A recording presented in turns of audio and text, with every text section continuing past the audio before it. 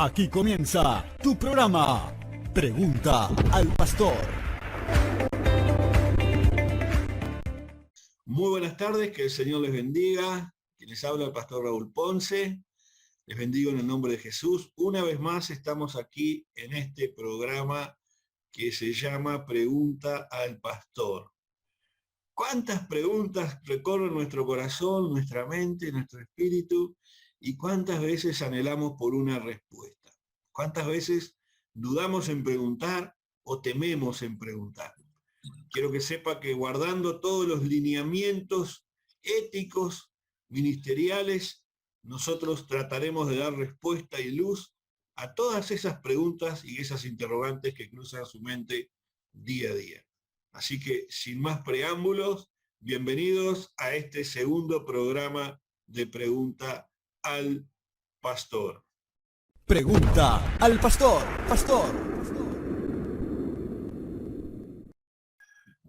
Muy buenas tardes. Buenas tardes para todos.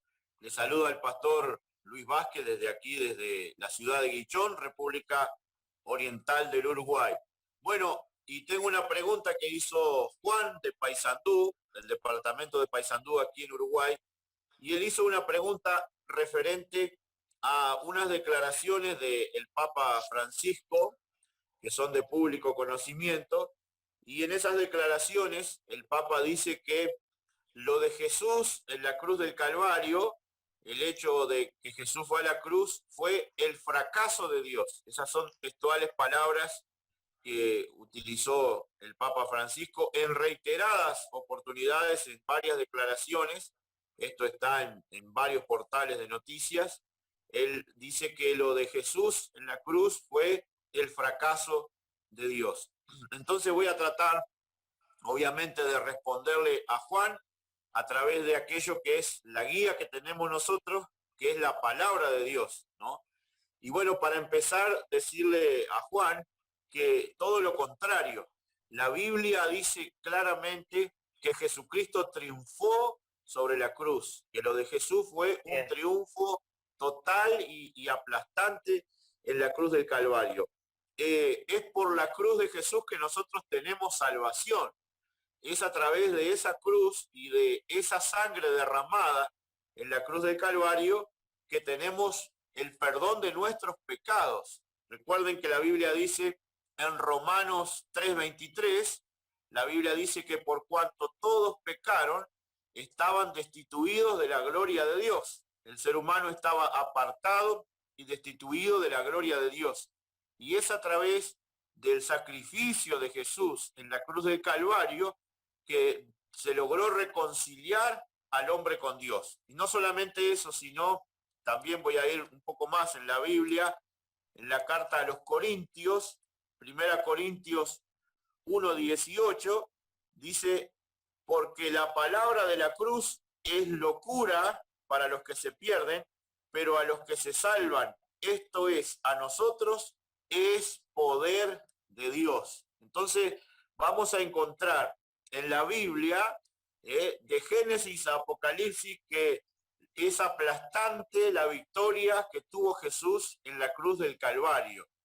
También la palabra de Dios dice en Colosenses 2:15, y despojando a los principados y a las potestades, los exhibió públicamente, triunfando sobre ellos en la cruz. Miren qué tremendo, dice, triunfando sobre ellos en la cruz. O sea que esas declaraciones de que lo de Cristo es una derrota en la cruz, no es verdad, no es bíblico. Lo haya dicho quien lo haya dicho, le estoy dando algunos versículos, pero hay un arsenal, una artillería de palabras y versículos en la Biblia que habla que la cruz del Calvario fue la victoria de Jesucristo sobre Satanás, sobre las tinieblas, sobre los principados, sobre las potestades, sobre la muerte misma, porque el asunto no quedó ahí, sino que sabemos que Jesús al tercer día resucitó. Entonces, bíblicamente es aplastante la evidencia que tenemos de que Cristo triunfó en la cruz del Calvario y lo que vino a hacer lo hizo, que que era reconciliar al hombre con Dios, porque estábamos todos destituidos de la gloria de Dios. Entonces, respondiéndole a Juan de Paysandú, que hizo esta pregunta, no es verdad lo que dice, con el mayor de mis respetos, pero no es verdad esas declaraciones del Papa Francisco que dice que lo de Jesús en la cruz fue la derrota de Dios. Al contrario, todos estamos aquí gracias a que Jesús derramó su sangre en la cruz del Calvario. Pregunta al pastor. Bueno, muy bien, qué tremendo esto, ¿eh? Qué tremendo. Me quedé con una frase, con una parte del versículo, la cual creo que es llamativa y creo que sería una buena señal de alerta para todo aquel que piensa que lo que ocurrió en la cruz fue un fracaso. ¿No? Locura al que se pierde. Me quedo con eso. Para el que se pierde, el mensaje de la cruz, la vida de Cristo, la vida cristiana, es una locura. Si para usted es una locura la vida cristiana, considere este versículo. Es locura para el que se pierde. Y si realmente usted cree en Dios, no creo que busque perderse. Pregunta al pastor. Bueno, vamos a orar por cada uno. Buenas tardes. Vamos a pedirle a Dios en este momento que pueda venir sobre cada hogar y pueda manifestar su gloria, exhibir su poder, su autoridad y su señoría. Oramos, Padre, en el nombre poderoso de Jesucristo. Sí, Señor. Señor, te pedimos en esta hora, Padre, que sobre el área espiritual, almática y sentimental, física y orgánica, material, económica y financiera, sea tu mano poderosa, Señor. Tú conoces la necesidad de cada uno, Señor, de aquellos que en este momento están compartiendo con nosotros este tiempo de oración. Te pedimos que tu poder, tu autoridad y tu señorío se manifiesten. Padre, que sean ungidos por tu gracia, ungidos, Padre, por tu poder, que sean ungidos, Padre eterno, por tu Santo Espíritu en todas las áreas de su vida. Sé que hay gente en este momento, Padre, está necesitando un milagro tuyo. Padre, que han sido desahuciados, que no están encontrando salida. Padre Santo, en este momento declaramos que tú eres el Dios que puede sanar el cáncer, que puede sanar la leucemia, que puede sanar el SIDA, que puede restaurar el matrimonio, que puede restaurar la relación de los padres con los hijos y de los hijos con los padres. Sí. Tú eres el Dios que puede levantar al paralítico. Sí. Tú eres el Dios que puede resucitar a los muertos. Y te pedimos en el nombre de Jesús que el poder de la resurrección se manifieste, Padre, sobre cada vida en esta hora, desde los más grandes hasta los más pequeños. Ensancha sus territorios, los territorios del espíritu, los territorios de lo material, Padre, aún de lo económico y financiero, el territorio de los afectos, ensancha sus territorios. Padre, en el nombre de Jesús, envía tu auxilio, manda tu socorro, Padre, en el nombre de Jesucristo, toca esos órganos, toca esos huesos, Padre, y seas tú glorificándote, exhibiendo tu poder, tu autoridad y tu señorío, en el nombre poderoso de nuestro Señor Jesucristo. Amén. Amén y amén, Señor. Amén. Gloria a Dios, gloria a Dios. Tremenda oración, Pastor Nelson. Dios te bendiga allí en Córdoba. Y vamos a continuar porque tenemos muchas preguntas y tenemos preguntas de varios lugares que nos han mandado, que no nos dan los tiempos para poder cubrirlos en una hora de programa.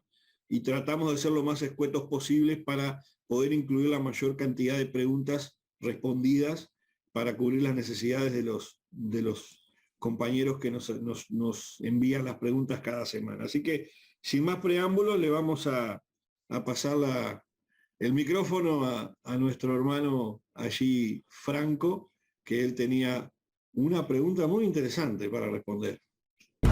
Al pastor.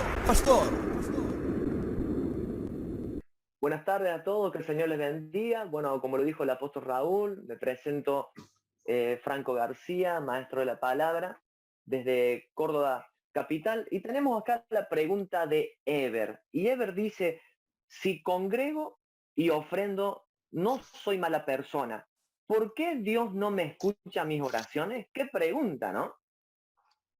Lo primero que él dice, si congrego, bueno, necesariamente congregar es un mandamiento, ¿no? Más que una obligación, ¿verdad? Y dice, y ofrendo. El ofrendar es un acto voluntariamente que uno lo hace en forma de gratitud y en forma de amor al Señor. Y dice, no soy mala persona. Dice, si congrego y ofrendo, no soy mala persona. Lucas 18, versículo 19, dice, Jesús le dijo, ¿por qué me llamas bueno? Ninguno hay bueno sino solo Dios. Porque la Biblia dice también en Jeremías 17:9 que engañoso es el corazón más que todas las cosas y perverso. ¿Quién lo conocerá? El hombre es inconstante porque hoy ama y mañana puede estar odiando. Entonces no necesariamente uno es una persona buena, puede tener unas buenas intenciones, pero la Biblia dice que el corazón es engañoso, ¿no? Y en la pregunta que hacía nuestro hermano Ever, decía, ¿por qué Dios no escucha mis oraciones? ¿Qué tema? ¿Qué pregunta? Primera de Juan, capítulo 5, versículo 14, para ser bien específico, dice, y esta es la confianza que tenemos en Él. Si pedimos alguna cosa conforme a su voluntad, Él nos oye. Entonces, para contestar lo que dice Ever, sabemos que el Señor siempre nos va a oír, siempre y cuando mi corazón esté alineado a la buena voluntad de Dios. Porque muchas veces podemos pedir y pedimos mal porque no estamos alineados a la buena voluntad de Dios. ¿Dios quiere prosperarte? Sí, quiere prosperarte. ¿Dios quiere sanarte? Sí, Dios quiere sanarte.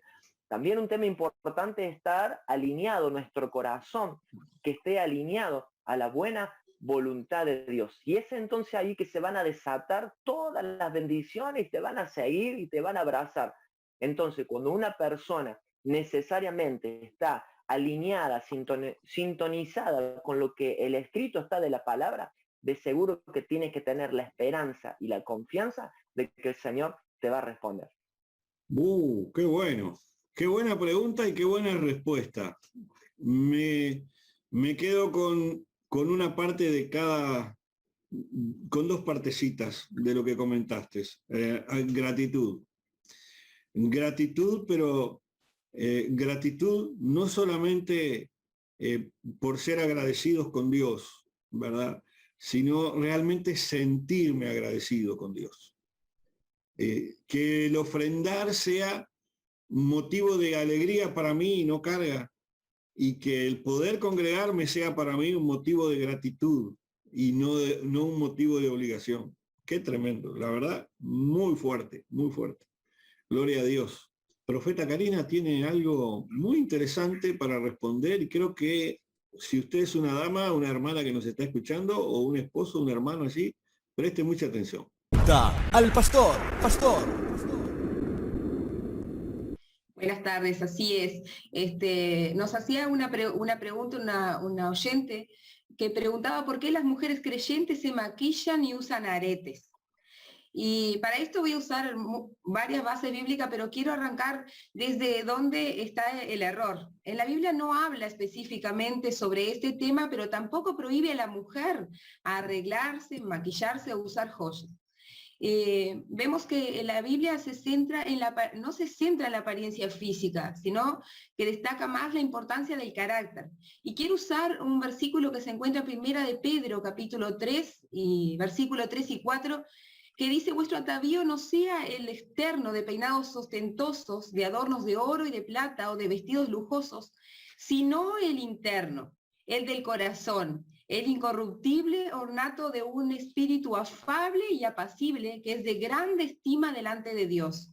Vemos claramente en este versículo que no prohíbe a la mujer a que use vestidos y se adorne, sino lo más importante, resalta lo más importante, lo que es de mayor estima delante de Dios, no es la apariencia física, sino lo que tenemos de nuestro carácter, de ser apacible, de ser afable, de tener un carácter como el de Cristo, porque de nada me sirve que yo me vista, bueno, que no me vista, o sea, que no me ponga aretes, que no me maquille, que no me arregle como mujer, y no tenga el espíritu o el carácter que Dios quiere que yo tenga, con esa mansedumbre, con esa templanza, con todas estas cosas que están en el corazón de una mujer de Dios, de una mujer que tiene el Espíritu Santo.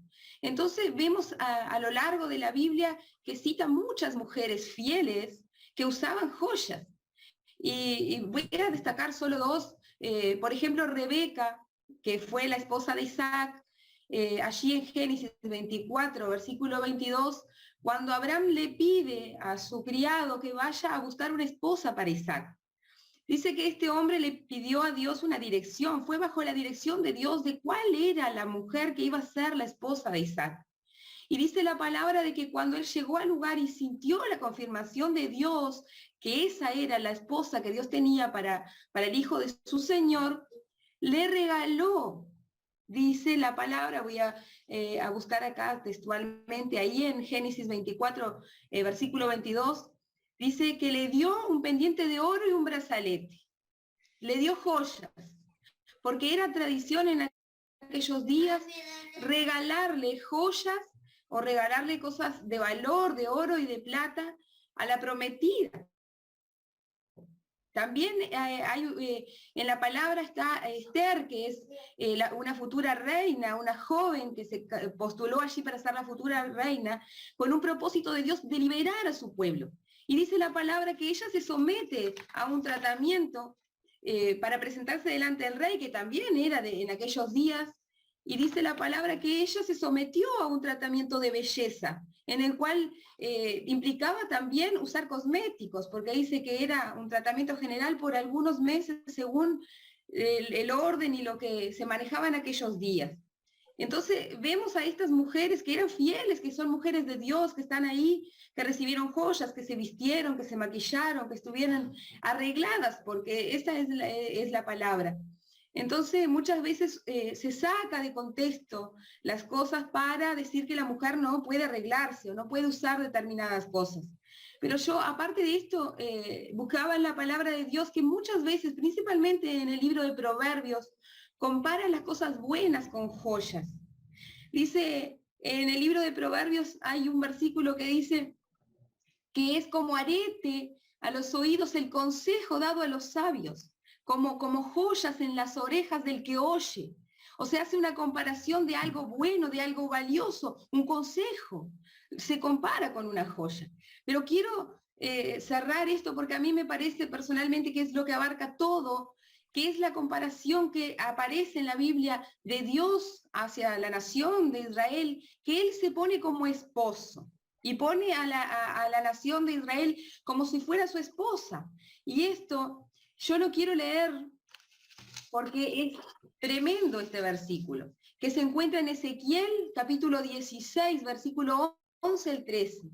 Y Dios dice para su novia, para su pueblo, que Él consideraba su novia: te atavié con adornos, puse brazalete en tu brazo y collar en tu cuello, puse joyas en tu nariz y zarcillos en tus orejas, y una hermosa diadema en tu cabeza.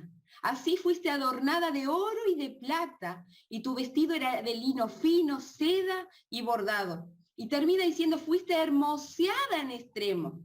Si Dios, que se coloca en lugar del esposo, habla de su iglesia con todos esos adornos de joyas, de esa mujer que fue hermoseada, que fue adornada por Él, ¿por qué nosotros, las mujeres de Dios, no podemos adornarnos? Sí, decorosamente, no ostentosas, no apareciendo, porque hay un versículo que dice, a donde está nuestro tesoro, allí está nuestro corazón. Si mi tesoro está en lo que yo me visto, en lo que yo me pongo, seguramente estoy de la forma equivocada. Pero si mi corazón está en lo que yo estoy haciendo para Dios y yo me siento bien con lo que estoy usando, con lo que me estoy poniendo, no hay una palabra bíblica que prohíba a la mujer arreglarse, maquillarse o hermosearse. De hecho, yo como mujer digo, hermoséate, mujer, y ponte bonita y haz lo que el Señor te mandó, siempre sabiendo que lo que Dios le agrada no es nuestra apariencia física, no es lo que Él está interesado, sino lo que está en nuestro corazón, en nuestro carácter y en ser llenos del Espíritu Santo. Al igual que los demás, me voy a tomar de una pequeña palabra que fue allí presentada y es apariencia. Apariencia. La palabra de Dios allí en las cartas apostólicas habla de negar la eficacia de la gracia con la apariencia. Tendrán apariencia de piedad, pero negarán la eficacia de ella. Que Dios nos ayude a no ser aparentes, sino a ser genuinos, hombres y mujeres de Dios. Continuamos rápidamente allí con nuestro programa que se está poniendo poderoso. Al pastor. Bueno, ¿cómo están? Les saluda Nelson Leiría, ministro del Evangelio del Reino de aquí de Cosquín, Córdoba. Y bueno, quiero responder a una pregunta que hace Beatriz, donde Beatriz dice que ¿por qué los pastores no permiten que las personas puedan estudiar o capacitarse en lo que es la psiquiatría, la psicología o como analista? Bueno, puede ser que en algunos lugares de repente haya alguna oposición en cuanto a este tipo de profesión. No es nuestro caso. Nosotros creemos que la psiquiatría, creemos que la psicología y aún el análisis de la mente es muy importante. Inclusive tenemos gente dentro de nuestros ministerios, dentro de nuestras congregaciones, que son psicólogos, que son psiquiatras y que trabajan con mucha gente, no quizás de lleno en lo que es el ministerio, lo que es la iglesia, pero sí en su vida personal como profesión. Ahora bien, dice, por ejemplo, el apóstol Pablo a los Filipenses, en el capítulo 4, verso 8, por lo demás, hermanos míos, todo lo que es verdadero, todo lo que es honesto, todo lo que es justo, todo lo que es puro, todo lo que es amable, todo lo que es de buen nombre, si hay virtud alguna, si algo digno de alabanza, en esto pensad. Aquí no está diciendo en esto meditad, en esto entrar en trance, entrar en lo profundo de lo sobrenatural. Está hablando del pensamiento, cómo la mente es muy importante lo que nosotros pensamos. Y la psicología, por ejemplo, puede llegar hasta ese lugar, hasta el lugar de la mente, donde puede colaborar y puede ser de ayuda útil, inclusive a la administración espiritual. Sabemos que es limitada, sabemos que cualquier capacidad humana, cualquier herramienta humana, intelectual, es totalmente limitada, pero sí puede ayudar, sí puede colaborar, sí puede inclusive avanzar hasta el límite donde luego comienza a operar el Espíritu de Dios en las cosas del alma, en las cosas del espíritu, porque, bueno, el médico, el doctor, el cirujano quizás pueda intervenir quirúrgicamente, puede llegar hasta los órganos, puede llegar hasta los huesos, el psicólogo puede llegar hasta la mente, pero solo Dios puede llegar al alma, solo Dios puede llegar al espíritu. Entonces podemos usarlo como una herramienta de complemento, pero no sujetarnos o estar bajo la autoridad de la psicología, sino que la psicología debe someterse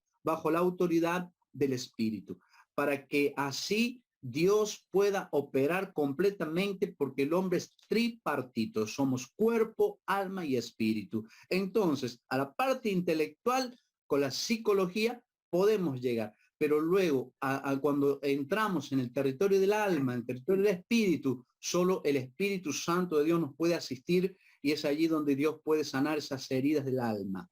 Quiero dejarle una recomendación que usó una anciana en algún momento. Piensa muy bien lo que vas a pensar. Piensa muy bien lo que vas a pensar. Es muy importante nuestra administración de nuestra mente, porque usted no es la mente, usted no es el cuerpo, usted es un espíritu en un cuerpo. Por eso es muy importante que tome el control y sea un buen administrador, así como de la salud, así como de la economía, así también sea un buen administrador de su mente. Por eso le dejo este versículo donde dice el título: en esto pensad, Filipenses 4, versículo 8 en adelante. Amén, gloria a Dios. Muy buena respuesta, muy buena respuesta desde Córdoba. Allí la gran situación que hay con la participación o la permisión de que la gente se capacite en esas áreas que son tan importantes, porque no todo es espiritual, no todo es carnal. Como dijo bien allí el apóstol Nelson, nosotros somos tripartitos. Así que muy buena respuesta, Pastor Luis. Agregar a la muy buena respuesta del apóstol Nelson, que es muy importante la preparación, ¿verdad? En todas las áreas. La Biblia dice que Jesús crecía no solo en estatura, sino en conocimiento y en sabiduría, ¿no? Entonces, Dios no está en contra de la preparación, Dios no está en contra del estudio, Dios no está en contra de capacitarnos, no solo en la Biblia, sino en las diferentes disciplinas que podamos capacitarnos, ¿no? Entonces, simplemente puntualizar eso o agregar eso que me parece importante, la capacitación. Lamentablemente por años hubo una teología que decía que no te prepares porque Cristo viene, no te prepares, no estudies, no hagas nada porque ya Cristo viene ya, y todavía estamos acá y necesitamos seguir preparándonos. Cristo viene, es una realidad, puede venir ahora mismo mientras estamos hablando, pero mientras no viene, la vida continúa aquí y necesitamos prepararnos y capacitarnos, como bien decía el apóstol Nelson, en la psicología, en las diferentes áreas que podamos aprender. Todo aporta para el reino de Dios. Así es, así es. Y quiero aprovechar para esgrimir dos frases célebres de la filosofía, ¿no? Platón decía: solo sé que no sé nada. Solo sé que no sé nada. Y eso es una acción del pensamiento, una acción de la persona y del alma.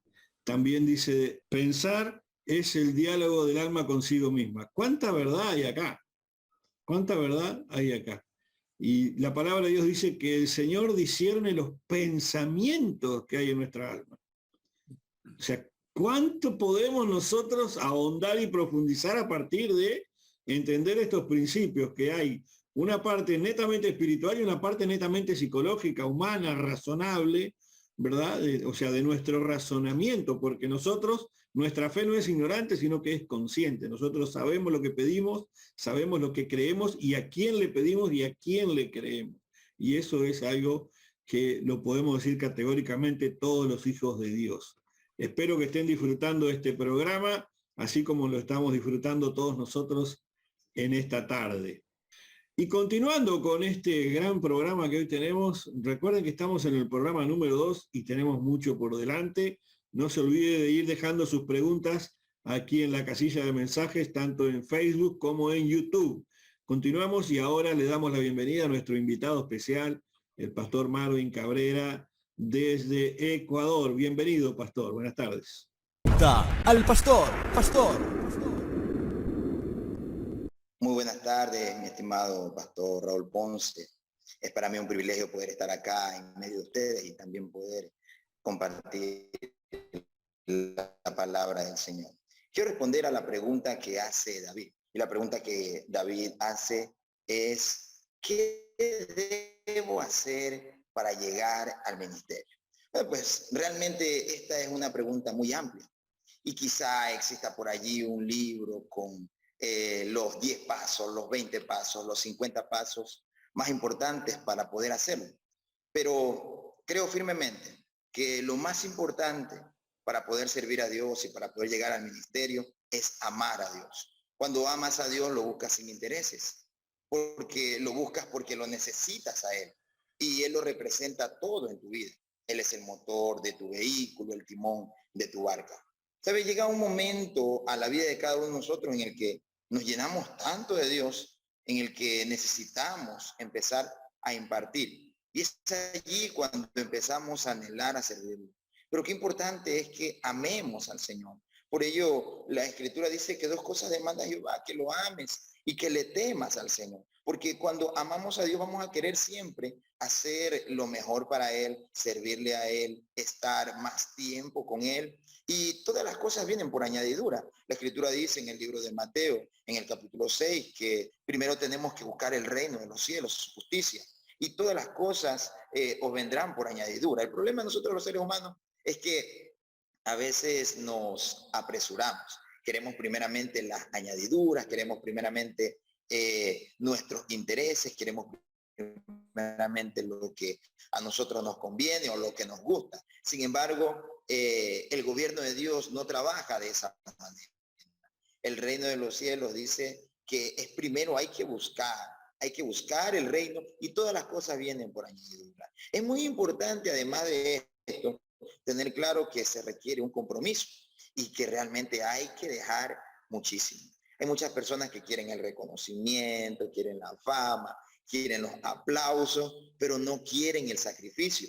Y pues lastimosamente, hasta que no estén dispuestos a darlo todo, lastimosamente no están listos. Pueden quizá algunos brincarse la cerca para lograr lo que quieren, pero tarde o temprano se darán cuenta que algo les hace falta, que hay situaciones que no han vivido, hay cosas que no han experimentado, y son esas situaciones las que son necesarias para que nosotros podamos estar firmes en el Señor. El libro de Efesios, en el capítulo 6, en el verso 13, dice que tomemos la armadura de Dios para que podamos resistir en el día malo y habiendo acabado todas estas cosas, podamos estar firmes. Resulta que muchas personas se han brincado la cerca y pues les pasan situaciones en la vida y ya no saben qué hacer, han dejado el ministerio a medias. ¿Por qué? Porque realmente no se prepararon como debía. Querían la fama, el reconocimiento, querían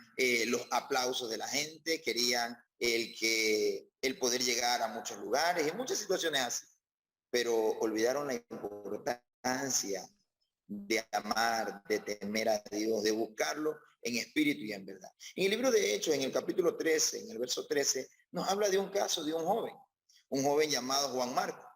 Juan Marcos pues venía de una familia prominente, era un muchacho bien capacitado, muy estudiado, tenía gran talento. Al observar los apóstoles, cómo este joven venía destacándose en medio del pueblo del Señor, lo escogen para ir con Pablo y su tío Bernabé.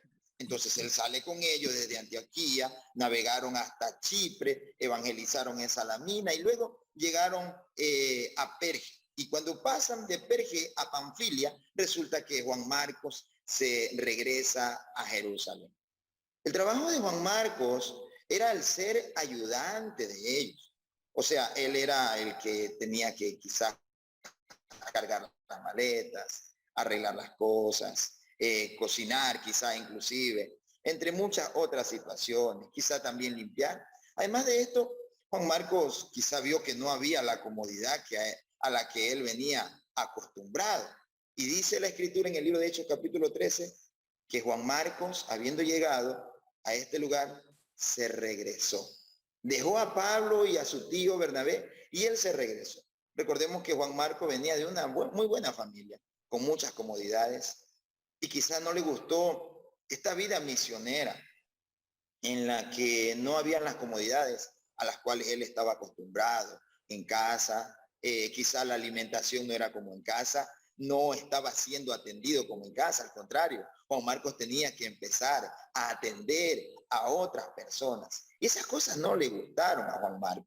Sin embargo, la Escritura dice en el libro de los Hechos, capítulo 15, en el verso 37, dice que cuando Pablo y Bernabé vuelven a visitar a los hermanos, Bernabé quería que llevasen consigo a Juan Marcos, el que tenía por sobrenombre Marcos. Y dice la Escritura que esto provocó un conflicto, tanto así que Pablo se desprendió, por así decirlo, de Bernabé, y cada uno siguió. Pablo siguió con Silas y Bernabé siguió con su sobrino llamado Marcos, porque Pablo no quería en ese momento ir con alguien que en un momento lo había dejado en medio del camino, alguien que en su momento no quiso pasar por los sufrimientos, padecimientos. Entonces, si este hombre no está dispuesto en este momento a dejar las comodidades, a hacer cierta clase de sacrificio, ¿cómo podrá entregar su vida? Debe de haber sido una de las ideologías del apóstol Pablo. Y Pablo no quiso caminar con él. Esta no es la clase de persona con la que yo camino, debe de haber dicho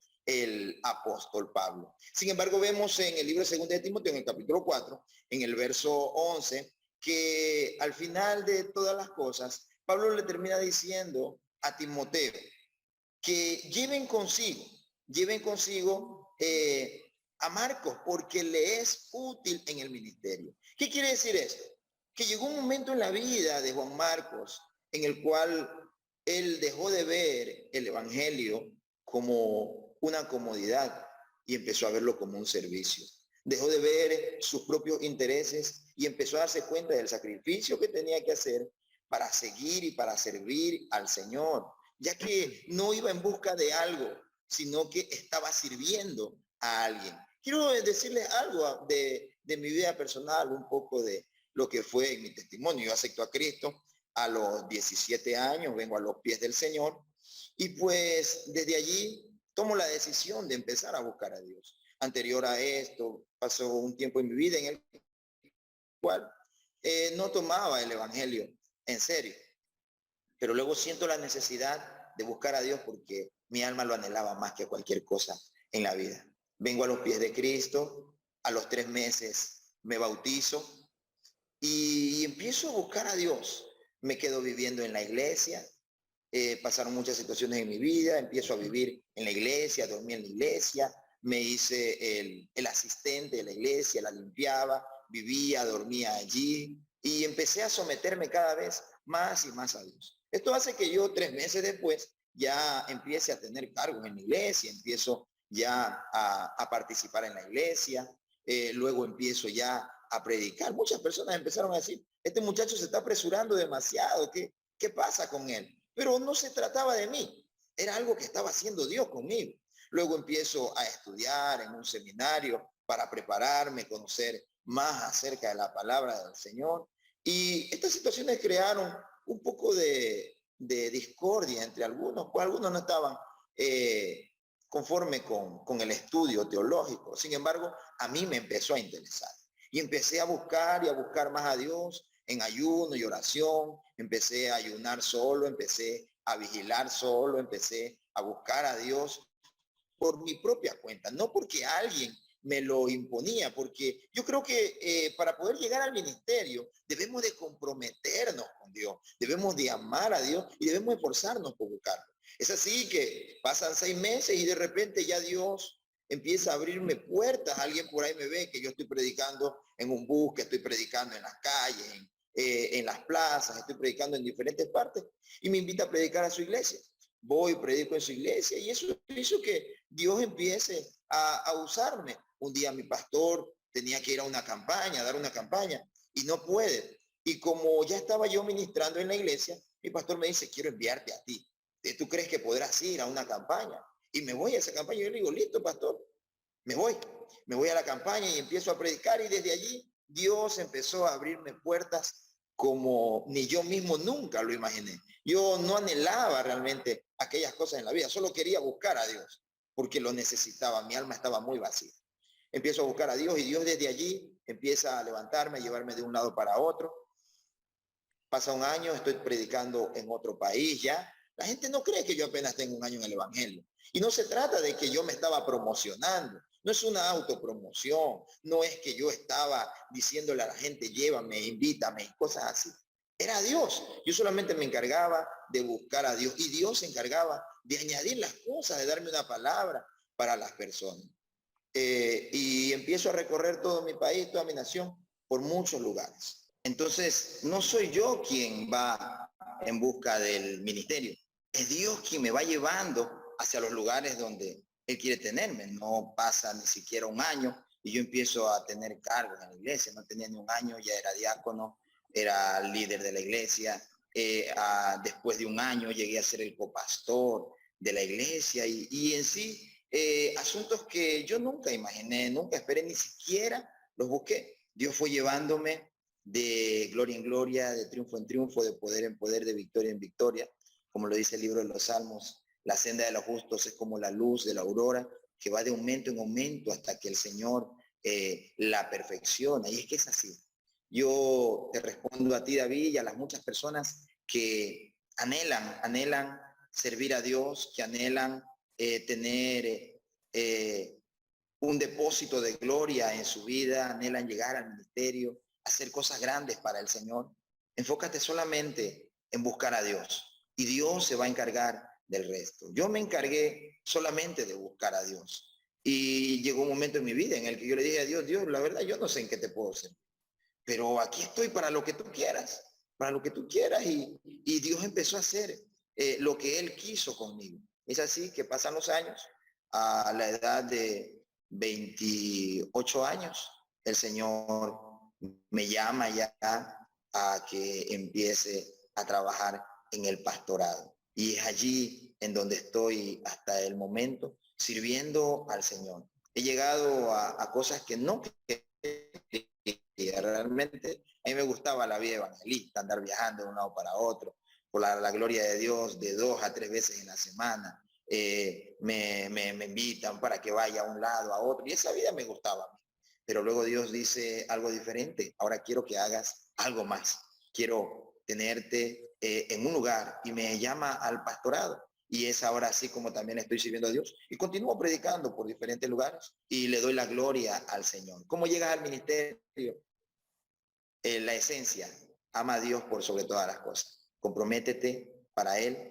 Síguelo, sírvelo sin intereses. Sírvele sin ninguna clase de intereses y Dios se va a encargar de todo y aún más allá de lo que tú piensas o imaginas que puedes hacer para Él. Muchas gracias. Tremendo.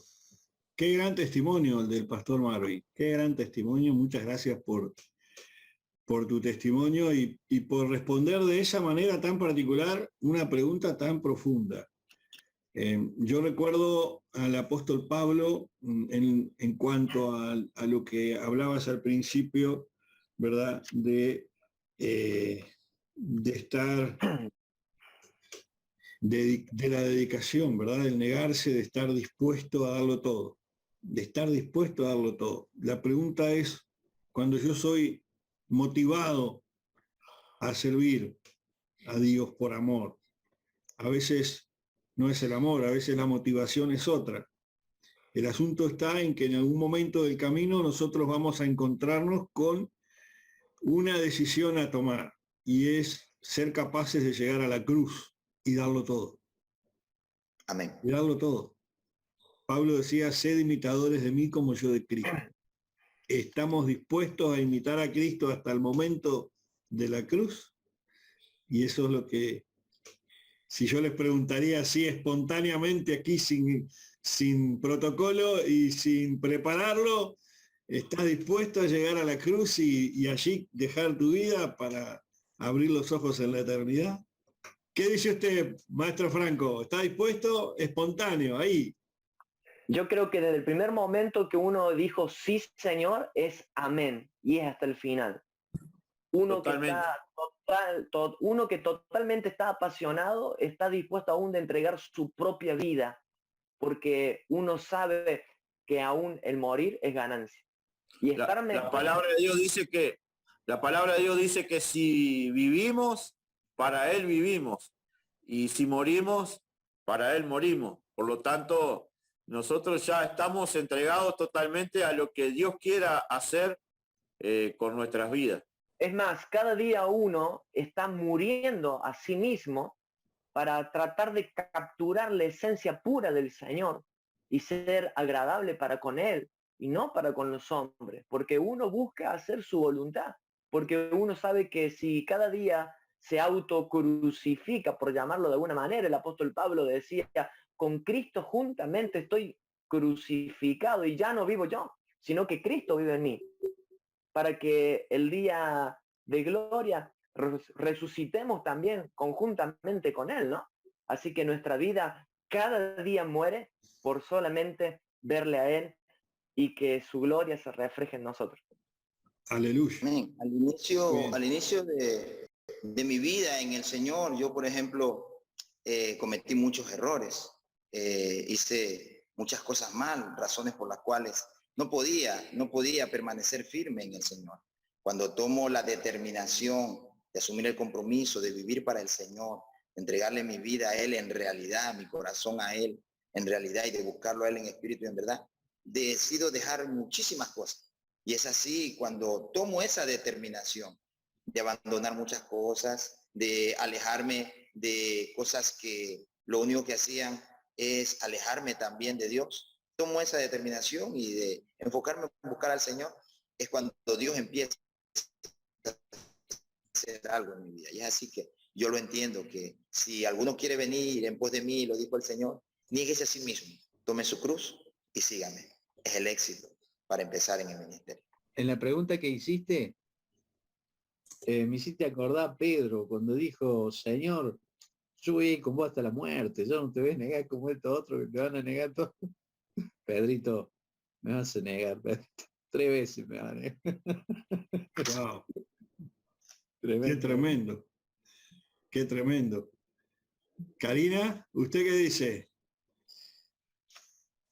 Sí, tremendo, tremendo, ¿no? Le miraba, escuchaba los testimonios del pastor Marvin y de verdad es impactante. Y no quería dejar pasar porque capaz que no tenemos otra oportunidad para poder decirle. Y él decía, no se trataba de mí. Y eso es tremendo quien lo vivió, cuando las personas empiezan a ver cosas o a decir cosas, ay, ¿cómo haces para que Dios te use? ¿Cómo haces para que puedas predicar así, como puedas ministrar así? Y no se trata de uno, se trata de Él, de Dios y de lo que Él coloca y confía en nosotros. A veces nosotros nos miramos y no nos vemos dignos de tanta confianza. Pero tremendo testimonio. Gracias por compartirlo, pastor. Es un privilegio poder escucharlo. Amén, gloria a Dios. Amén. Ha sido tremendo. Muy bien, continuamos.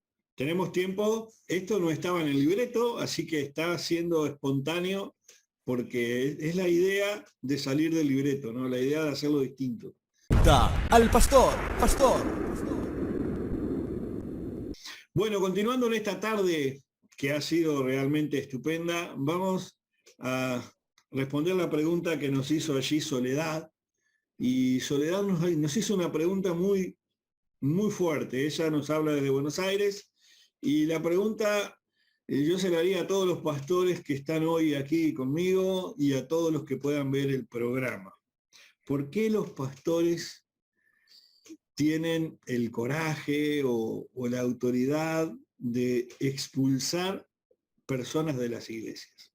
Decirle a una persona, mira, no vengas más a mi iglesia, andate a la iglesia de otro, porque ya ha sido mucha bendición tenerte acá, por decirle de alguna forma un poco respetuosa. Es todo un tema responder esta pregunta porque realmente no es una pregunta fácil de responder. Yo creo que en el corazón de ningún pastor está, ni en el corazón ni en la mente, la idea o el sentir de expulsar a alguien de la iglesia. Creo que sería una situación muy dolorosa para todos. desde el primero de la iglesia hasta el último de la iglesia, llegar a este punto. Pero ¿de dónde salió la autoridad para expulsar a alguien de la iglesia? Sale de la misma Biblia, de la misma palabra de Dios. No es algo que haya inventado un pastor.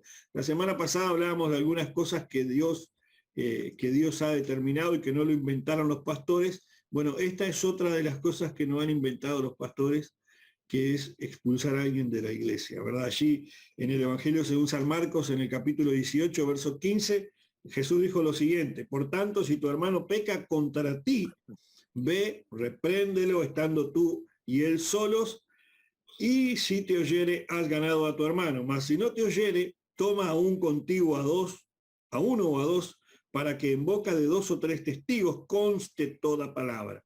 Si no los oyere a ellos, dilo a la iglesia, y si no oyere a la iglesia, tenle por gentil y publicano. Estas palabras las dijo el propio Jesús. La historia registra que Jesús comentó esto a sus discípulos, ¿verdad?, en una situación en la cual él debía responder a una crisis puntual. ¿Cómo actuar nosotros en una crisis puntual? Bueno, allí nosotros tenemos lo común, o por lo menos lo que muchos no hacen. Y lo digo en carne propia, lo he vivido. El ser juzgado, cuestionado, apuntado por el dedo, sin antes alguien cumplir con este versículo de la palabra que dice: primero ve y habla tú con la persona para ver qué es lo que pasa. Andá a la persona, dedicale 5 minutos al interés del conocimiento, de saber o desasnarse, como se dice vulgarmente, qué es lo que realmente está pasando, y no el mero chisme. ¿Cuánta gente es juzgada y condenada por el mero chisme y de cosas que la persona ni siquiera vivió o pasó?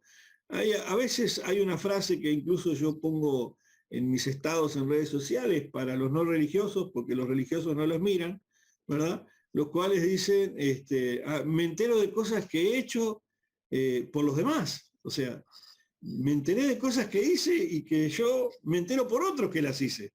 Y eso es terrible, porque a veces con ese criterio se va a juzgar o se va a tratar una situación delicada en la vida de un hermano de la iglesia, y a veces el hermano termina herido, y con esa herida muchos otros terminan hiriéndose. Esto es muy delicado. Esto es muy delicado y no es para tomarlo a la ligera, ¿no?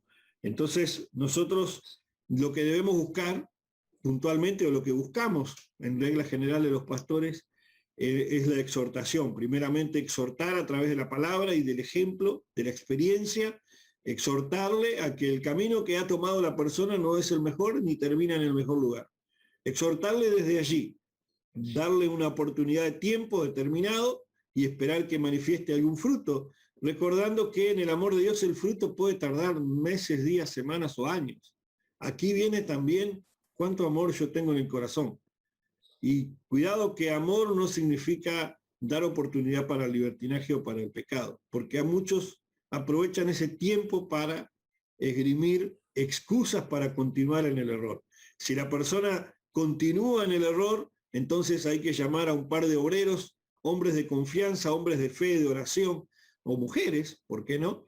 Y allí entrar en un propósito de oración para poder darle a la persona la orientación de vida, pero no con un espíritu en nuestra humanidad por la reacción del momento, sino que sea todo con una preparación de oración. Es decir, bueno, estuvimos orando y buscando el rostro de Dios para poder enfrentar esta situación, y no lo hice solo, me rodeé de un grupo. Y allí exhortarle a la persona, como Jesús lo enseñó. Busca 1 o 2 y vayan y exhorten a la persona. Si la persona aún así no quiere mejorar, entonces ahí exponer el problema a la congregación y decir, bueno, hermanos, tenemos una situación que de pronto ya a esa altura es sabido por toda la congregación el problema. Y eso suele ocurrir. Entonces, cuando eso suele ocurrir, ya estamos hablando de que se llegaron a límites extremos, en los cuales uno debe buscar el bien mayor. El bien mayor muchas veces es expulsar al hermano que está de pronto contaminando a todo el resto de la congregación. Yo quisiera saber la opinión de algunos de ustedes, de los panelistas que están en el día de hoy, al respecto a esto. Bueno, nos encanta el lugar de juez. Es algo que nos atrae poderosamente ejecutar. No sé si tenemos, bueno, viste que dice que descendemos el mono. ¿Descenderás vos del mono? A veces yo dudo porque me miro al espejo y tengo algunas dudas, ¿viste? Pero bueno, digo, ¿no habrá alguna bestia escondida? Porque como que nos gusta juzgar, nos gusta condenar y masacrar al que pecó, al que hizo mal. Y yo creo realmente que podemos llevar a alguien a la reflexión, al arrepentimiento y llevar a cabo todos los pasos que relatás, pero de ahí a expulsar a alguien de la congregación es algo no solo triste, como vos dijiste, sino que de repente no está a nuestro alcance, no está a nuestro alcance. No podemos prohibir que nadie se congregue en el templo, ¿no es cierto? Lo que sabemos, sí, que el que opera muchas veces es el Señor. O sea que el poder de Dios es el único que puede determinar estas cosas. O sea, cuando vivimos un evangelio de religión humana, entonces puede ser que apelemos a ciertas fuerzas humanas para hacer las cosas. Pero cuando vivimos el reino, bajo la autoridad del Espíritu Santo de Dios, entonces es el Espíritu el que hace la obra. Yo vi al Espíritu operar muchas veces en estas situaciones, ¿no? Donde de repente inclusive tuve situaciones donde alguna persona que no estaba en sus cabales, con algún desorden, ya sea por causa de drogas, por causa de un problema psiquiátrico aún, que de repente ingresaba al templo y en medio de una prédica pues, se ponía a cantar, se ponía a gritar, a cantar, a gritar.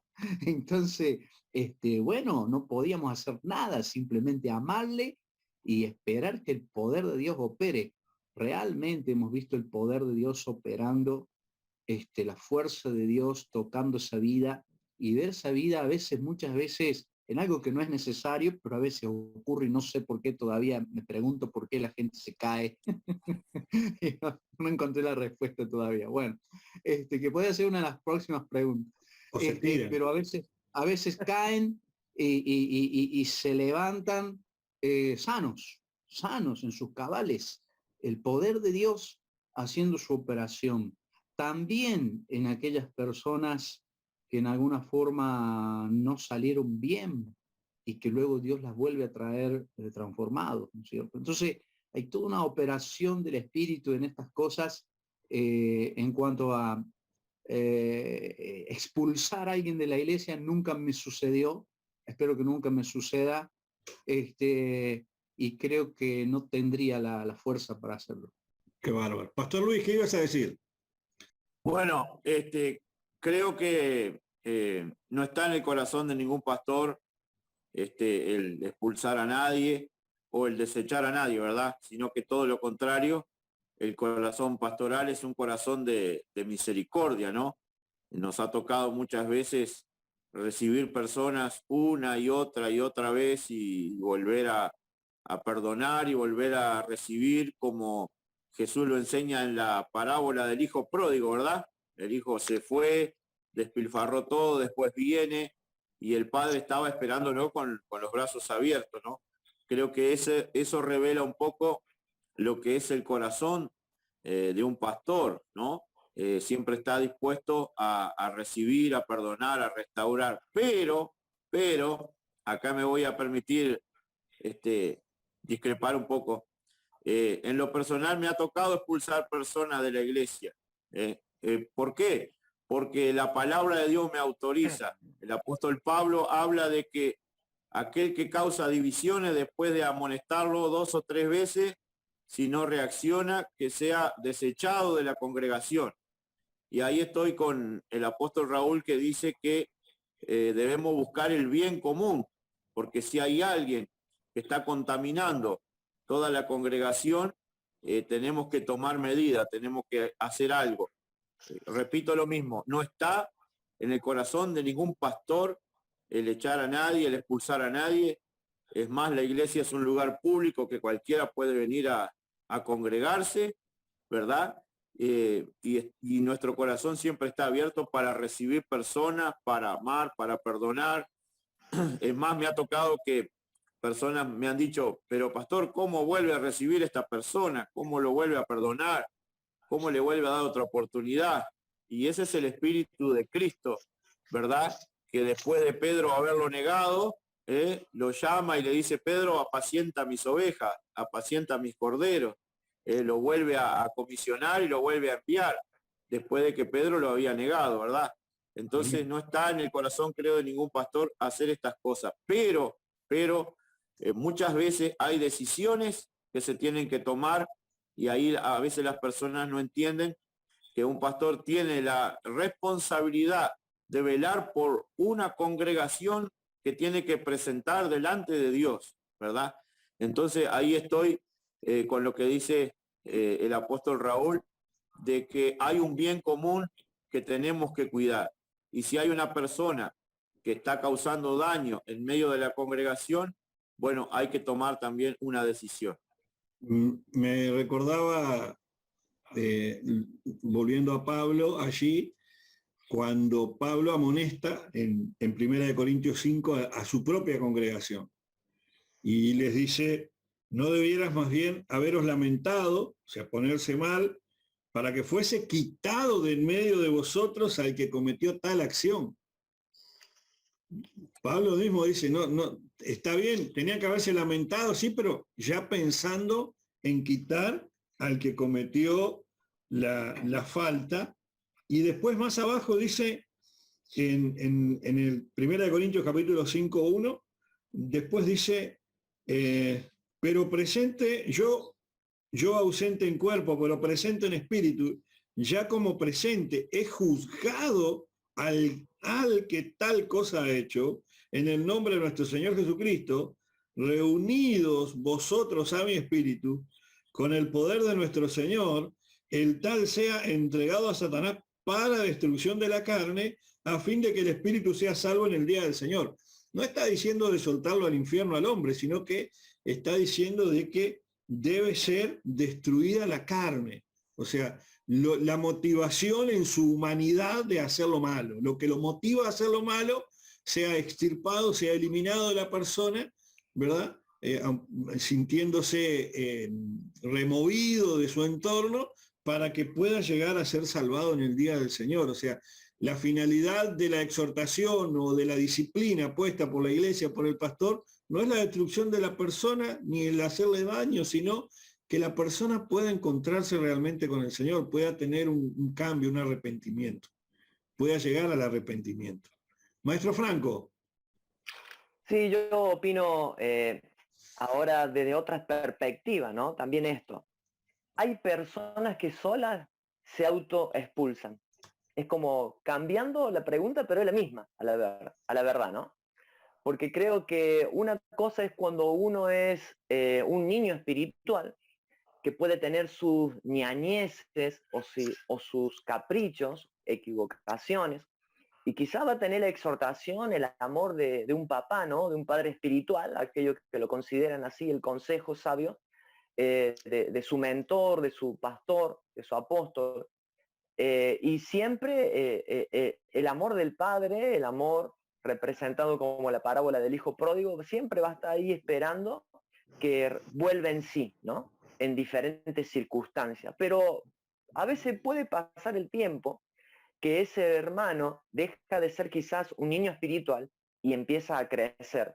Y ahí se abre como un abanico y es muy amplio. Y el Señor me traía a la memoria, en Amós 3:3, dice, andarán dos juntos si no estuvieran de acuerdo. Y este es un gran problema actual en las iglesias muchas veces, que luego cuando uno ya empieza a crear o desarrollar un ministerio, cuando uno empieza ya a tener sabiduría, inteligencia, que ya no es únicamente ministrado o no se deja ministrar por el consejo de su padre espiritual, de su mentor, de su pastor, sino que ya empieza a indagar y tener un cierto conocimiento. Hay a veces que se contradicen y se oponen pensamientos y las voluntades también, y el orgullo del ser humano de quizás imponer, porque hay gente que ya quiere, como decía el pastor Marvin, él no buscó, sino que Dios lo promocionó. Pero hay cierto tiempo que uno ya empieza a cuestionar la visión propia de la iglesia, de que Dios le puso, y no se quiere tanto sujetar, sino que empieza a dudar, a cuestionar por qué se hace de determinada manera cosa. Entonces empieza a entrar como un bichito llamado rebeldía, ¿no? O traición. Y entonces después de haberlo amonestado, después de haber hablado, después de haberlo aconsejado debidamente, hay mucha gente que se autoexpulsan, que dice, bueno, chao, me voy de la iglesia. Y el pastor, lamentablemente, con dolor en el corazón, muchas veces dice, ok, es tu decisión. Esa persona se autoexpulsó. Porque si bien pudiera haber tenido un ministerio, un don, un talento, pero la duración, y ojo a esto, no quiero tocar la susceptibilidad de nadie, pero quizá la duración del ministerio es fragmentada, porque esa persona, por más que tenga un don, un talento, un ministerio, Dios lo va a seguir usando, pero la durabilidad ha quebrado el propósito, porque Dios lo había quizás mantenido en ese ministerio donde nació. Y luego desarrollar 20, 30 años de lo que Dios tenía pensado en su corazón. Y a través de una palabra profética o un sentir que era de Dios, dice esta persona, bueno, me pongo mi propia iglesia o me voy, se auto expulsa, ¿no es cierto? Y esa durabilidad, en algunos casos, tampoco no en todo, no hay que generalizar, no propiamente era el sentido de Dios. Y esta persona se adelantó a los tiempos, Dios lo usó, pero no con el fin y en la buena voluntad de Dios. Impresionante. Me acuerdo de allí en Romanos, Pablo le dice en Romanos 12, 18, Pablo dice, si es posible, en cuanto a vosotros, dice, estad en paz con todos los hombres. Pero no siempre es posible. Si es posible, en cuanto a vosotros, o sea, nosotros, la iglesia, estad en paz con todos los hombres. Y eso incluye a los de adentro y los de afuera, eso incluye los buenos y los malos, eso incluye los pecadores y los justos. Y me tomo de una frase que dijo el pastor Luis cuando Pedro pecó y Jesús, sabiendo que Pedro iba a pecar, le dijo, pastorea mis ovejas, cuida mi rebaño. Y qué triste cuando a veces vemos tanto juicio y tanto apuntar con el dedo a hombres y mujeres de Dios que han fallado en algún momento de su vida, y aún para el ojo acusador y para el dedo acusador, esa persona sigue fallando cuando Dios ya le dio una nueva oportunidad de vida. ¡Wow! Esto es tremendo. Que Dios nos ayude y que Dios nos dé a nosotros gracia y sabiduría para poder ejercer el ministerio con santidad y con honestidad y con integridad. No es fácil, no es tarea fácil. Creo que es una tarea todos los días. Pastor Nelson, apóstol. Sí, creo que es muy importante el gobierno del Espíritu en la congregación, sobre el pastor, sobre los líderes.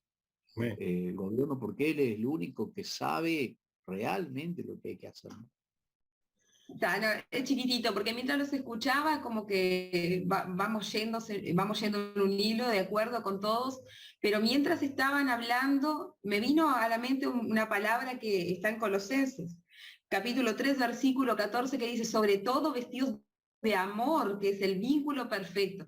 Y yo pienso esto de que si nosotros estamos vestidos de amor, de ese amor de Dios, vamos a saber lidiar de la forma correcta, de la forma más amorosa con esa persona. Y pensaba en esto, que conozco personas que en un lugar no fueron apreciadas, no les dieron oportunidad o las fueron consideradas la que murmura, la que tiene el chisme, todas estas cosas, y de repente se han ido, se han como decía Franco, se autocorrieron, se fueron a otro lugar, y en ese lugar, no sé si llegaron con otra cabeza, o en ese lugar el Espíritu Santo las impactó de tal manera que hoy yo Tengo personas en Facebook que las veo predicar, que las veo hacer vivo, que las veo ministrar gente, y digo, tremendo. Yo la conocí dentro de una congregación donde era la persona tildada de, y hoy es una persona que ha dado fruto. Y yo pienso que a veces necesitamos a alguien que se vista de amor, que se vista de amor, que es el vínculo perfecto para curar, para sanar a esa persona, porque Dios pagó un precio por ella, ¿no? Y hay algunos que no quieren cambiar, pero estoy hablando de aquellos que sí, que necesitan una oportunidad, o alguien que los ame en ese amor perfecto que dice acá Colosenses, que es el vínculo perfecto. Así es. Así es, así es. Y allí en 1 Timoteo 5:20, Pablo dice, a los que persisten en pecar, no a los que quieren cambiar, a los que insisten en pecar, a los que se esfuerzan por hacer las cosas mal, dice, repréndelos delante de todos para que los demás también teman. Te encarezco delante de Dios y del Señor Jesucristo y de sus ángeles escogidos, que guardes estas cosas sin prejuicios, no haciendo nada con parcialidad. O sea que la decisión es personal, pero también la decisión de enfrentar la situación. El apóstol Pablo aconseja que cuando vayamos a enfrentar una situación así, no sea algo parcial, que no sea algo mío, sino que sea algo ya en un consenso general, como dijo allí el apóstol Nelson, bajo el gobierno del Espíritu Santo, porque es el que nos va a mantener en el vínculo perfecto. Estamos cerrando el programa del día de hoy. Yo quiero agradecer a todos los que nos han acompañado en esta tarde y agradecer especialmente al pastor Marvin por su tiempo, por su dedicación, por su amor, y a todos los hermanos que hoy nos acompañaron. Hoy sentimos la falta del apóstol Ezequiel, que no ha podido participar, pero el Señor ha sido maravilloso con nosotros. Amén. Yo opino que el expulsar a alguien es el fin de un tratamiento. Primeramente, como ministros tenemos que tratar con él, tratarle con amor, luego ir subiendo ya a los niveles, exhortándolo un poco más, tratando de hacerle ver las cosas. Ese es nuestro deber. Bueno, hasta el día de hoy no me ha tocado todavía echar a nadie, pero en base a exhortaciones que se han hecho a creyentes en algún momento, como lo dijo el maestro Franco, ellos mismos se terminan yendo solos. No es nuestra intención. Eso quiero, todo se ha dicho acá, pero quiero decirle a todos los televidentes que no es la intención de un pastor, no es la intención de un ministro sacar a alguien, porque los ministros estamos para pastorear, estamos para ayudarlos, pero lastimosamente por el bien común es necesario exhortar, corregir, reprender, para que el resto no se contamine. Un poco de levadura leuda toda la masa. Y tú tienes el deber y la responsabilidad de ser ejemplo en la congregación, de ser un ejemplo como ministro de Jesucristo, en tu vida, en tu familia, en medio de todos los que te conocen, para que así, como un creyente maduro, puedas vivir de acuerdo como a Dios le agrada y no tengas que enfrentar problemas como estos. Es una bendición tenerlos acá. Bueno, agradezco al Señor por la oportunidad nuevamente de este hermoso programa de Pregunta al Pastor, que lo hacemos con amor, lo hacemos con pasión, con el fin de disipar algunas dudas en la medida de lo posible y para edificar el cuerpo de Jesucristo. Así que bueno, gracias por estar del otro lado, sigan preguntando sus preguntas, valga la redundancia, que en la medida de lo posible vamos a ir respondiendo. Bendiciones. Amén. Yo quiero agradecer a Dios por el privilegio de poder estar acá en medio de estos ministros, de poder edificarnos unos a otros con una palabra. Y pues anhelo de todo corazón que el mensaje que el día de hoy ha sido llevado por parte de todos los que acá hemos estado en esta transmisión, pues sea de grande edificación y provoque cambios necesarios en sus vidas. Un abrazo desde acá del Ecuador, Pastor Marvin Cabrera. Bendiciones. Bueno, Que Dios les bendiga mucho a todos, que sepan que sabemos a quiénes nos estamos dirigiendo, porque así como el Espíritu Santo está en nosotros, el Espíritu Santo está en usted que nos está mirando y sabemos que a quién nos estamos dirigiendo, así que lo hacemos con todo el temor del Señor y con todo el anhelo de edificar. Dios te bendiga, Apóstol Raúl, gracias por permitirnos participar Bendecimos a Marvin, gracias por el privilegio de compartir con nosotros este tiempo, de estar con vos. Es un gusto conocerte y bendiciones a todos los ministros que estamos aquí. Y bueno, vamos por más. Agradecer al pastor Marvin por compartir con nosotros y bueno, decirle a la audiencia que sigan haciendo sus preguntas y que estamos aquí porque amamos a Dios y amamos a las almas, amamos a las personas, por eso estamos en el ministerio. Bendiciones, bendiciones. Hasta aquí hemos llegado con el espacio Pregunta al Pastor. Nos reencontramos. Hasta la próxima.